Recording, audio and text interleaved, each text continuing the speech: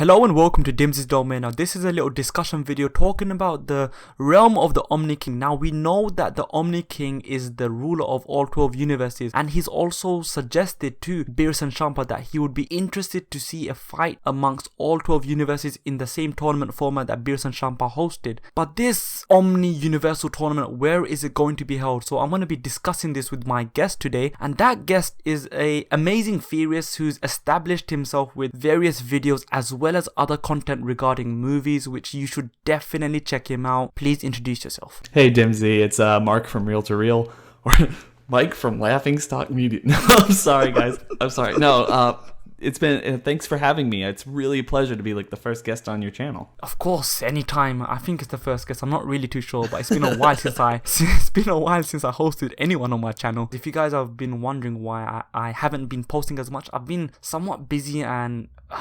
overcome with the amount of stuff I need to do. So for the next few weeks I'm not going to be posting as regularly, but because I have Mark here from Real to Real Productions, this needs to be an occasion. Now we're going to be talking about this new realm, the home of the Omni King. We know there's going to be a tournament, and where it's going to be held, it must be in the realm of the Omni King. So the realm of the Omni King has to be situated in a tactical position for him to oversee things, assuming that it's all about range and sight, similar to the Dragon Raider, the Super Dragon Raider, and the fact that it seems that the universes are enclosed in spherical bubbles forming a circular shape, with the twin universes being adjacent to each other whilst sharing the same color. It only makes sense that it's in the middle because that's where the best range is, and that's where I think the Omni King's realm is going to be. Do you have anything to add or any points to say? I actually kind of do. This is not something I've actually seen a whole lot of people talk about. So when you actually approached me with this situation or this, discussion, it was really, really exciting. So I'm just kind of sitting here thinking about it. And if we know that like Beerus and Whis and everyone knows that there's 12 universes and everyone has a twin universe, and these twin universes somehow add up to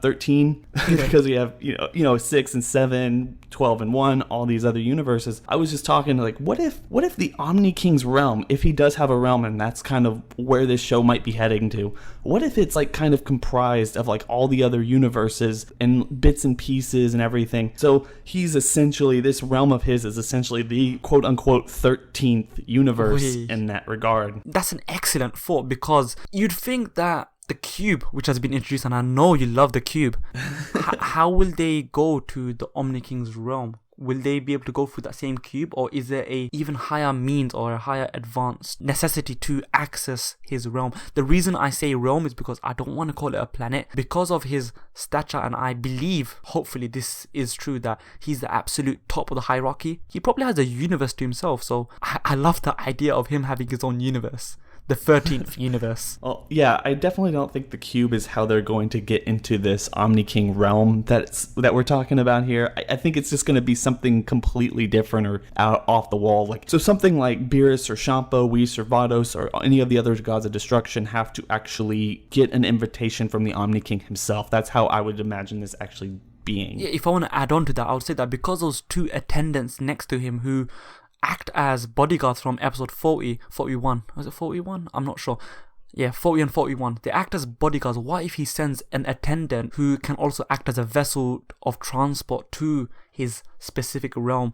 Now, this is where I guess I'm going to go into more of a theory, prediction, speculation. I could be completely wrong. People are going to probably, when the time comes and when it's released or unveiled, they're going to come and comment on the day and say, "Hey Dimsy, you're wrong. You're stupid."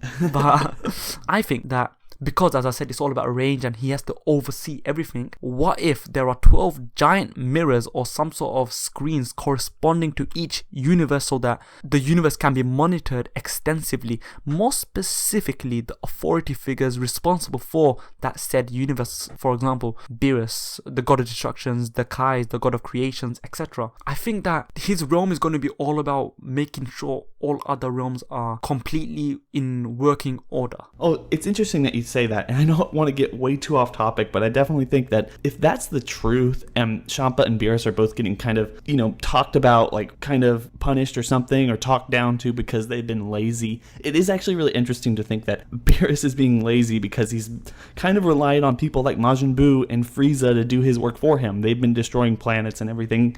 Obviously, he's kind of talked to some people he knew about Majin Buu or the Namekians or anything that was happening in his universe. Maybe Champa the same. We honestly just don't know whether or not that's true.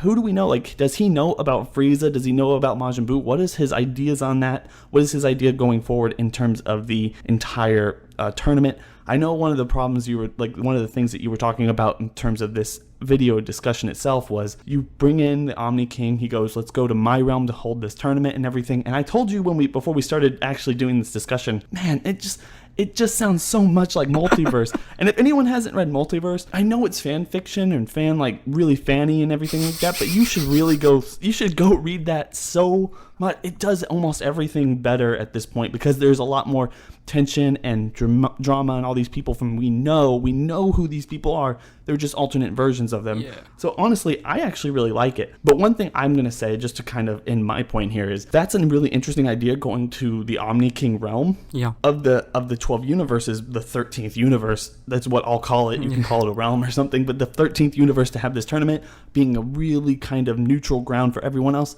One thing I would really like to see is kind of what they did in Yu Yu Hakusho during the Three Kings arc, is instead of having one tournament ground, what if they had like tournament grounds and, like you said, 12 monitors looking at the entirety of the tournament, just that room itself, right?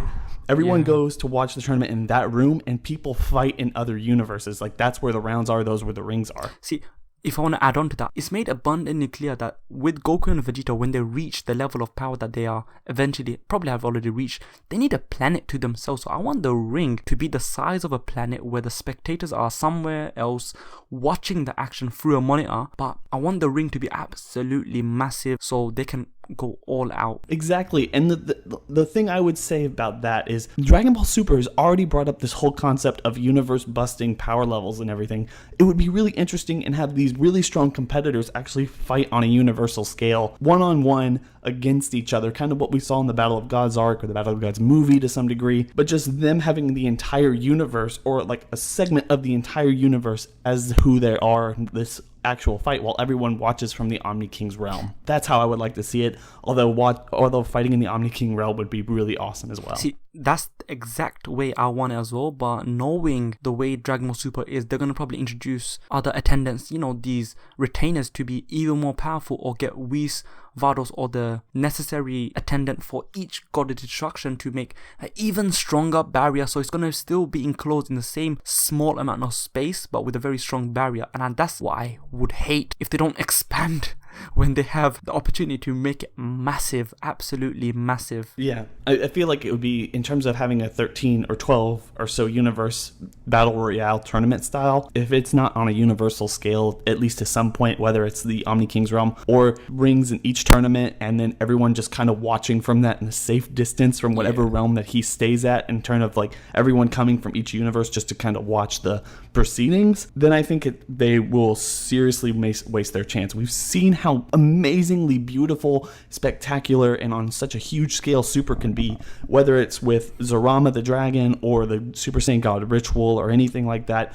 We really need to go ahead and start looking at Dragon Ball Super in a very cinematic light. So that's what it deserves. And I guess I'll finish with on my part, the final point, because I'm going to start giving a bit of predictions. And once again, you spectators out there, you can tell me how wrong I am when I eventually am wrong.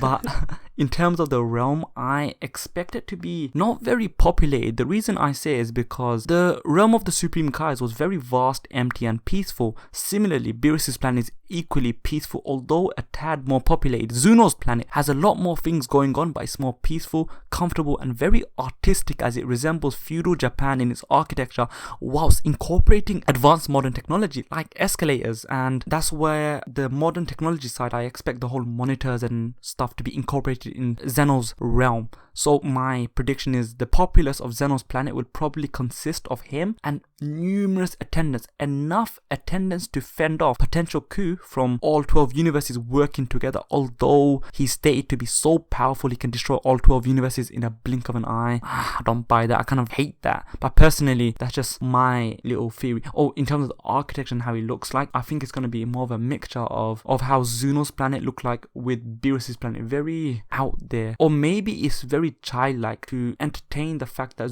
he's very infantile. He's very easily amused. And that's the reason why he needs retainers, because his own common knowledge, his own common sense can't be trusted. So he has to always be looked after because he has such great power. I don't know. It's just, I can't wait to see his realm if they do show his realm. No, I completely agree. And I definitely think that, everyone wants to see every single universe and kind of explore those things. If they don't explain where this guy's living and what that living situation might look like, then it's a wasted opportunity. Yeah. An absolute wasted opportunity. We know that from Dragon Ball, every time they introduce someone who's higher in the hierarchy of power and authority, they show the living quarters in some capacity, whether it be Kami, King Kai, Supreme Kai, Grand Kai, even Beerus. So we need to see Zeno's quarters. We need to see the headquarters of the leader of the 12 universes. But that's me finished. Do you have any more final points you want to add in? No, I'm good. Thank you for having me on, Dimsy. Anytime. I urge every single one of you, if somehow you guys are subscribed to me and not subscribed to Mark from Real to Real, please check him out. Check out his numerous amount of theories, his amazingly exciting projects, and at the same time check out where I've been featured on the debates, which are very serious topical conversations which will entice and encourage a lot of discussion. Yes, exactly. The most serious of serious Dragon Ball debates. Dragon Ball, anything you want. Very serious. Anyway, I urge you to leave me a like, share, comment, subscribe this video. Subscribe to Real to Real. You may now exit Dimsy's domain. Thank you and goodbye. Peace. Whew.